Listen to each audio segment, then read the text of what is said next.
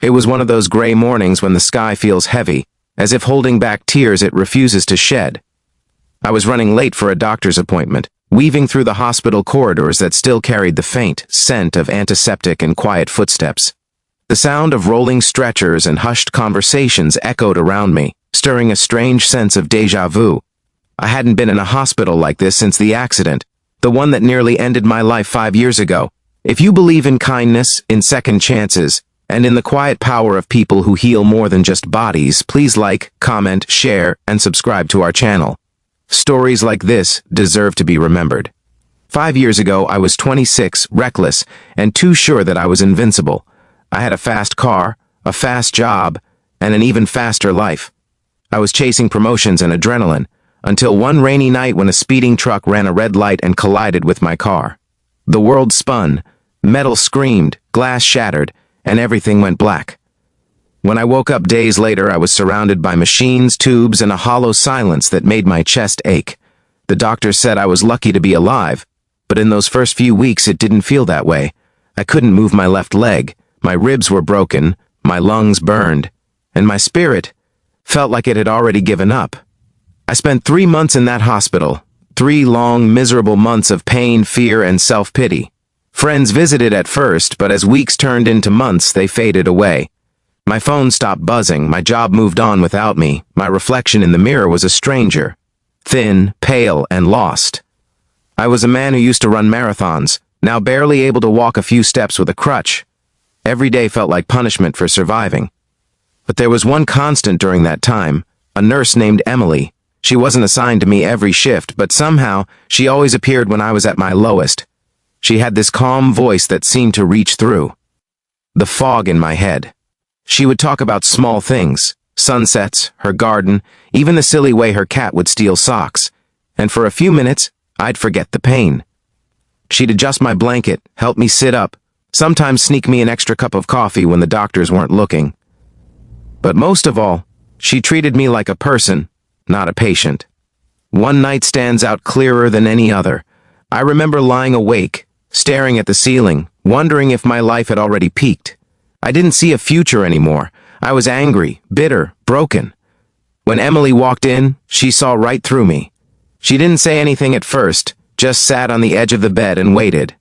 Then she said softly, "You know, you don't have to be who you were before the accident.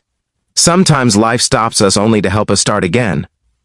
I remember turning my head away, choking back tears I didn't want to show, but her words stuck.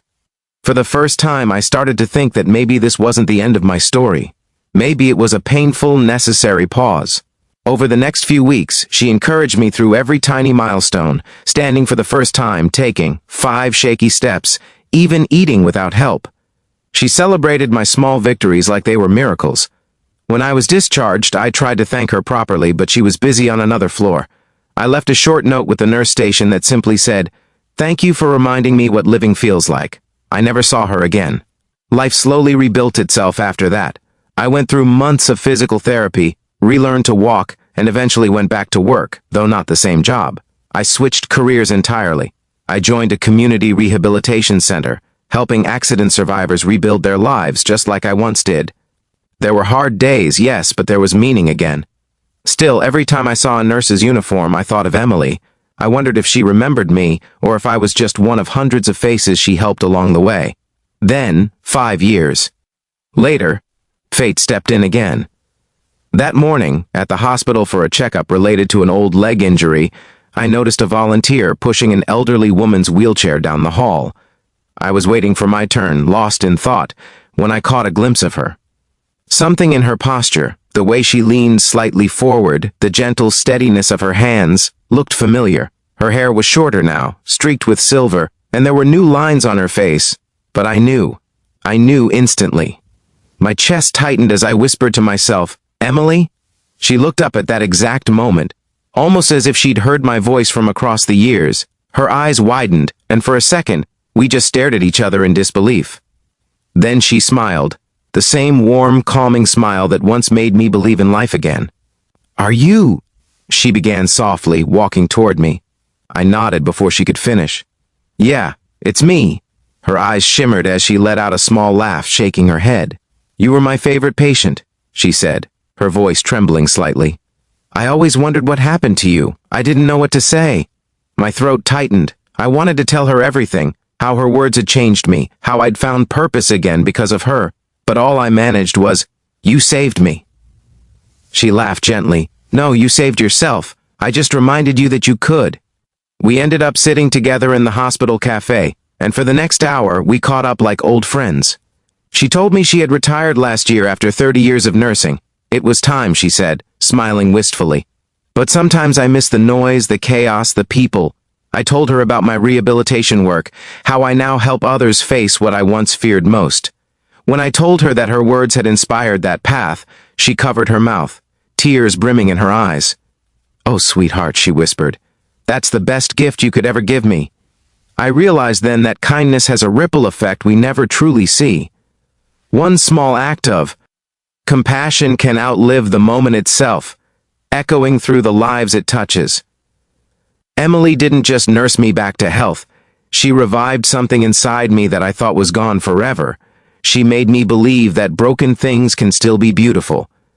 Before she left, she reached into her bag and pulled out a small, faded notebook. "I kept notes of patients who changed me too," she said. "You were one of them." I froze as she turned a few pages and showed me a line written years ago.